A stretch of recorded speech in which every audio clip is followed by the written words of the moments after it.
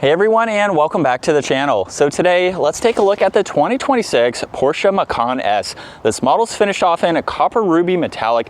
It's pretty much fully loaded. MSRP is just over $105,000. So there's a lot to go over for this smaller size, performance-oriented SUV. And we'll start off with what this is powered by.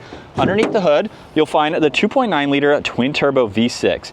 It's paired to the 7-speed PDK, pumps out 375 horsepower, 383 pound-feet of torque. It's all-wheel drive. 0 to 60 is 4.6 seconds. Top speed is 160 miles an hour. Now, as we work our way to the exterior styling, this has a forward camera along with a sensor for distance pacing. There's active grille shutters. They are currently open at the moment to provide additional cooling when needed. You'll notice large inlets on both sides where there's also the turn signal. Upper housings are for the headlights and high beams. There's also parking sensors and more cutouts in the lower section. And then some crisp lines that come down the hood. Now, this particular model also has the Porsche 911 turbo wheels, which is an option with a two-tone and multi-spoke look. Really neat to see that for this SUV. Macan S is down below. There's also power folding side mirrors with the camera and the turn signal, some brushed chrome accents for the window trim, and then the full moonroof up top. Really nice flowing lines. For the side profile, this model also has the height adjustable adaptable suspension too, which is nice.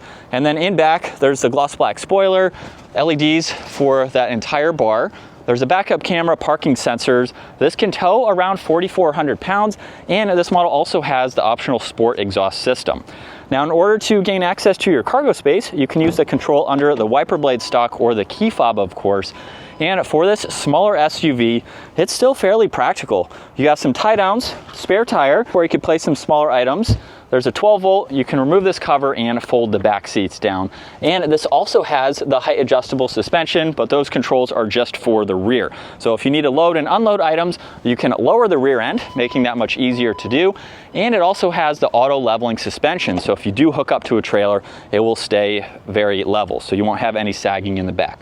Now there's also the proximity door handles, so you can grab any one of them. And this model has the beige interior. Really neat combo with this exterior color. It has Bose audio, storage down below, the wood trim accents there. And then to fold the seats down, there's the release by the headrest where they do fold flat. And then at 5'10", I can sit in here comfortably. There's storage pockets. You have heated seats, auxiliaries, temperature adjustment, and the vents. But at my height, I'm just barely touching the headliner. So if you're any taller than me, it might be a little bit crammed, but it is a smaller SUV. So it's still practical for adults, maybe a car seat or some smaller kids if you don't need a big vehicle. Now this also has memory seating adjustments, the mirror controls, window adjustments, more storage down below, and then Macan S on the brushed aluminum door sill. And there's automatic seats with the automatic leg extension. Now, once we hop in, there's a leather steering wheel, and with my foot on the brake, as long as you have the actual key fob, you will use this one here to start it up, where this has paddle shifters. There's voice commands, tuning. The manual button allows you to activate the paddles, and then on the right side, you can go through that far right side of the gauge cluster. So there's a rotary dial in order to go through some of these vitals and information, depending on what you would like to see. You have quite a lot. The other two gauges are going to be fixed, so your tach and miles per hour there. You also have a few different driving modes, which will change the exhaust note too. And you have your sport response. So that will basically downshift for you, and then you can accelerate as needed. Now the cruise control stalk is on the left. There's also headlights, one air vent. There's a clock up top with some vents, and then with the infotainment system, you have the home screen with the split icon view. You can pull up navigation, get into media, your phone when that's paired. When you get into car, you can get into some of this vehicle information. You can look at your display layout, a lot of settings that you can get into, along with some trip information and your lap times for the Sport Chrono. There's also some icons and apps there, along with sound for your audio. There's devices, and then you have multiple settings to configure too. Now there's volume and tuning, and then you have another control to get through this information along with option and back.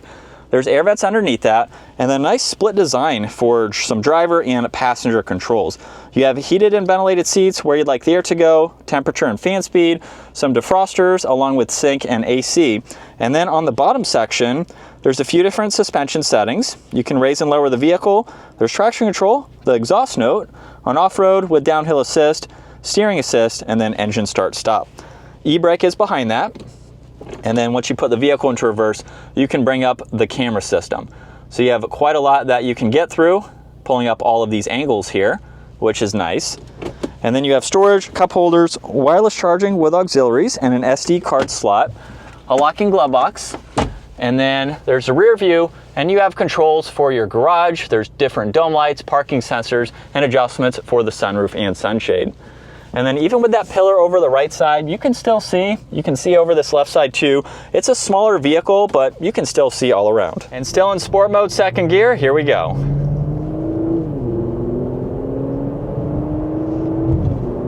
And just a minor acceleration. I'm not sure if the mic will pick up the exhaust, but I can definitely hear it in person.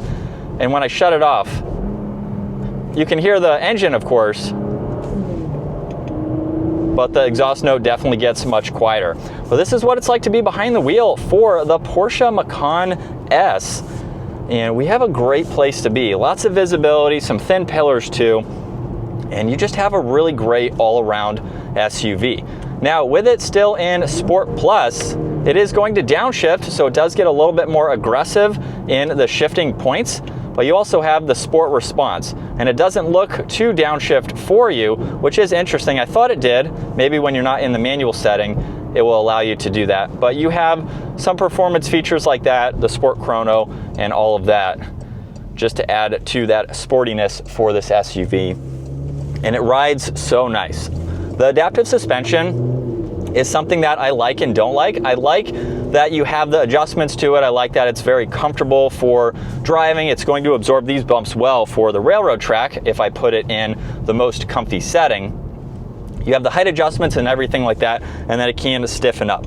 I think it's a really cool combination of everything, but you do have the parts, if you had to replace them and maintain, as just something to keep in mind. But like I said, I had it on one of my vehicles, and it's very nice. But I like performance vehicles. I like the stiffness. I'd probably keep it in the setting 2 there is what I'll call it,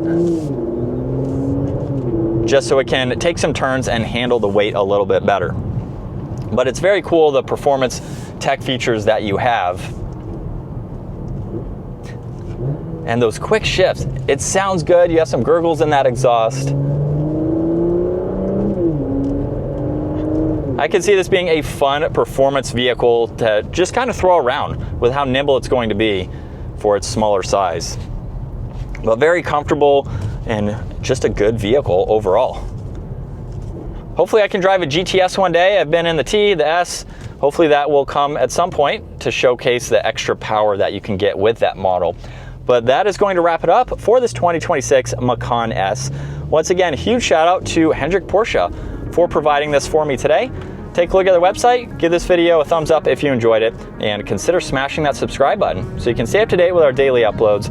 I will see you all in the next video.